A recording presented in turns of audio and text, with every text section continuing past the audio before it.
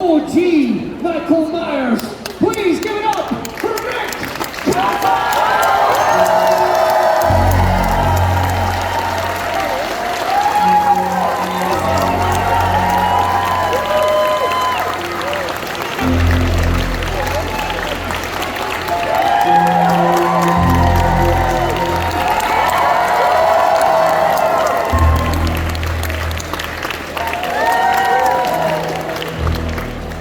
First of all, thank you so much for joining us, coming a long way to entertain us and chat with us. Isn't it wonderful to have Nick here with us this weekend? Am I going to entertain you too? Oh, I think Is that so. it? Oh, okay. Absolutely, absolutely. Wise men say. Oh, not singing. If you take the notion, you go right ahead. There's so much interest, but first of all, I've got to ask it from the point of view of there's a lot of excitement around our guests, but having someone with the legacy that you have within the genre of horror, the OG Michael Myers, getting to work with John Carpenter, create that role. I wanted to ask, obviously there was icons within horror and within queer cinema.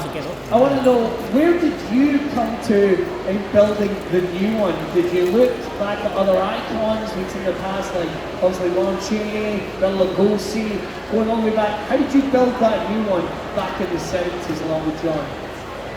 Well, unfortunately, there's not a great story to that because, I'm not an actor. Most of it, I was a writer and director during my career.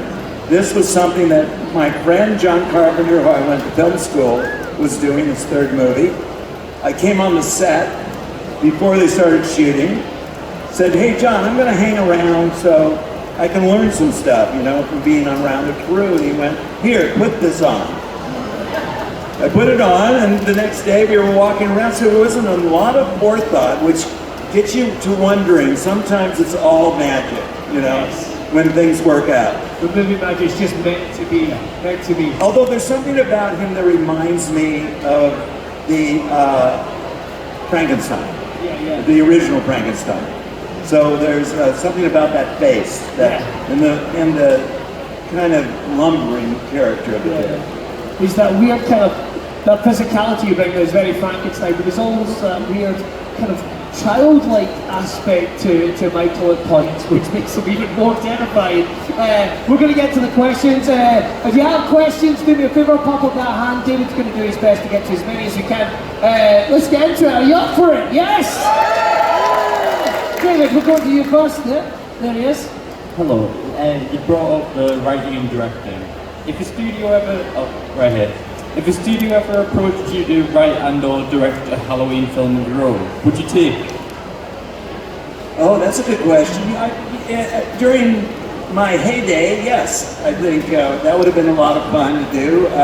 It didn't happen to come up, but I do love the genre and I do love the character, so it would have been fun to have Michael Myers direct himself. I like that. That would be very meta. Very meta. Over there, my friend. Yes. Hi Nick, I'm sorry to say thank you on behalf of everyone here for coming this weekend. Was there any talk, I know you directed the masterpiece that is The Last Starfighter, was there any inkling from the studio that they wanted a sequel or? No, he's referring to a movie I did in the 80s called The Last Starfighter, which was a lot of fun to do. Just one second. I was told that it wasn't. I have so many questions about The Last Starfighter. But do we have any Last Starfighter fans? And yes! Put some respect. The rest of you have to go rent it right now. Oh, you can wait till you get home. No, at the time, that's why not everyone knows it. It wasn't a big hit. It was well done, I think, and it was fun. It's a good story. But it's only recently that it's gotten more interest because every other 80s movie has made a sequel, right? So I think it's time for Last Starfighter. And indeed, the writer, the original writer, has the rights to it. And the two of us are coming up with a new screenplay for hopefully mounting it for the near future. Oh, so Thank you. a sequel, maybe potentially.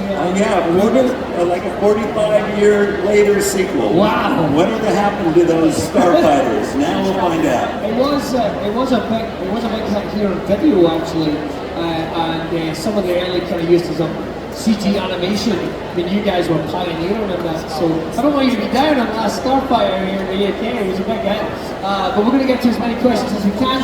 David. Hi there. Lovely meeting you earlier. Also, thank you. I'm going to be annoying and do a bit of a two-parter if that's okay.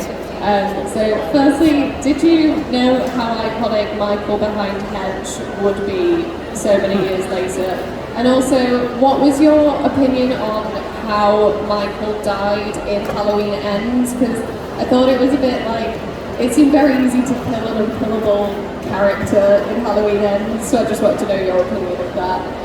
I think the first question was, did I know how iconic it was going to be at the time? The Michael behind Hedge, where he's just stood behind Hedge. Just went ahead. No, I mean, but there's so many iconic moments in that movie. You know, the laundry, standing at the top of the stairs. You know, there's some great images.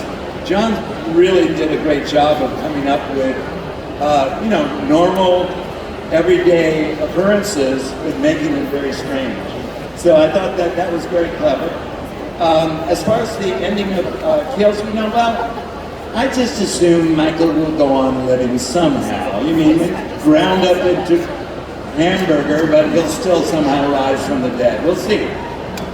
Okay, I'm going to say as well, I don't know if you're aware, it's a great question because Michael Myers behind Hedge has become like a meme for so many different things. Yeah, absolutely, it's like mom coming back from the store without ice cream. There's so many of them online. We're going to go to your next question. Hey Nick, again I'm going to be very cheeky and have a two-parter if that's okay.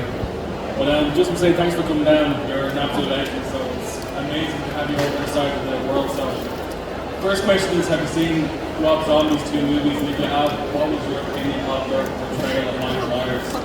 And second, do you think the whole Halloween anthology would have worked as they went to Halloween 3 season of the witch, or do you think the stuff like had going back to the original or having a form of the better called on board?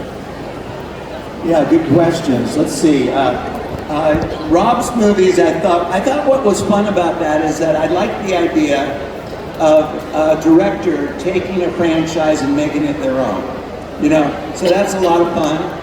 As far as, would I have done it different? Yeah, because I would have done it the Nick Castle way. But Rob did it his way, so I think that's great fun, and especially for fans of Rob Zombie, I think they got to get it.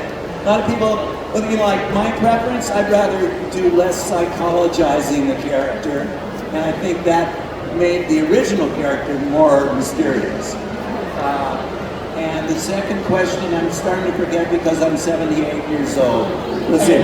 What he was asking was, obviously we saw Halloween 1, 2, of course. The plan was with 3, it was coming to more of an anthology. I would think that could have worked. John Carpenter presents Halloween 27, and it's like another, take on a tale that happens on the day or the week of.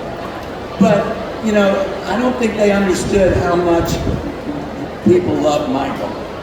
And when that came out, of course, it didn't work at all because the studio didn't explain, first of all, how this was going to be different. So everyone was disappointed. They wanted to see Michael, but look at him up here. He's such an iconic, handsome fellow.